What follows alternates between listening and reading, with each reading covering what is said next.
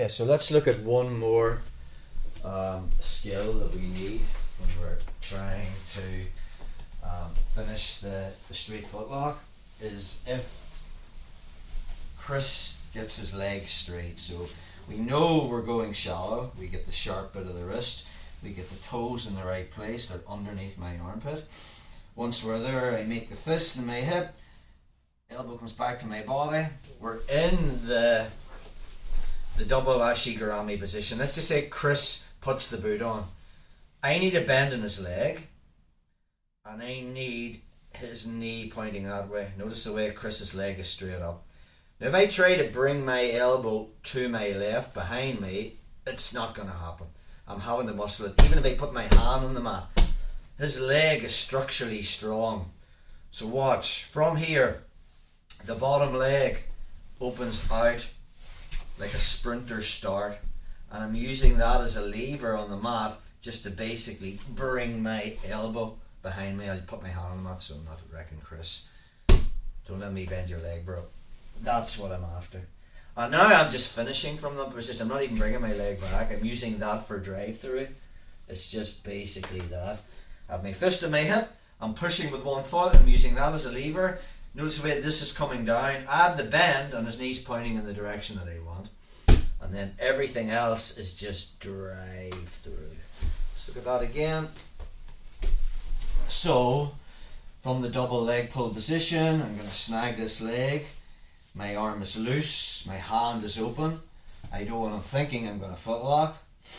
I move my body back, leaning back till I get the toes in my armpit. And I get the sharp bit of my wrist in the Achilles. The second I have that in place, I make the fist and put it in my hip, and then I clamp my elbow to my body so Chris can't turn his heel this way to pull his foot out.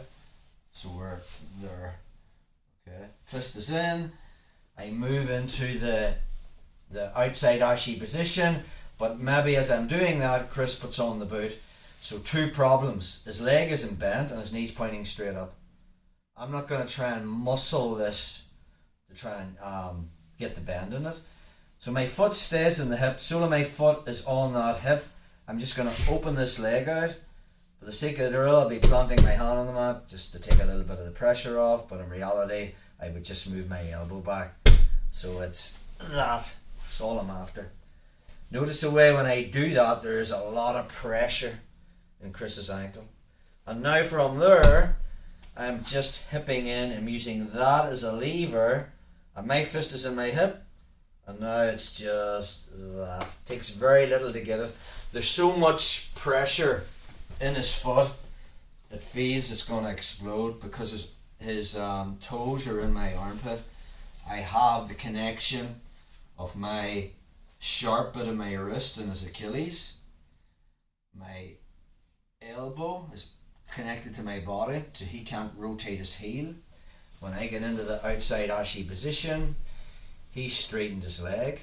So rather than trying to smear it, especially when there is no bend in it, it's very hard to push his knee in the direction that I want. So I use my top foot as drive through.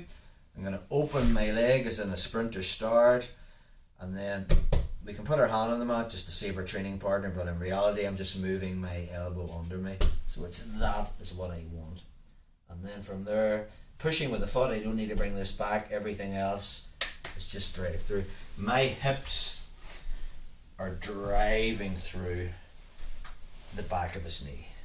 So that is dealing when the leg is straight and his knee is pointing straight up, not in the direction that I want.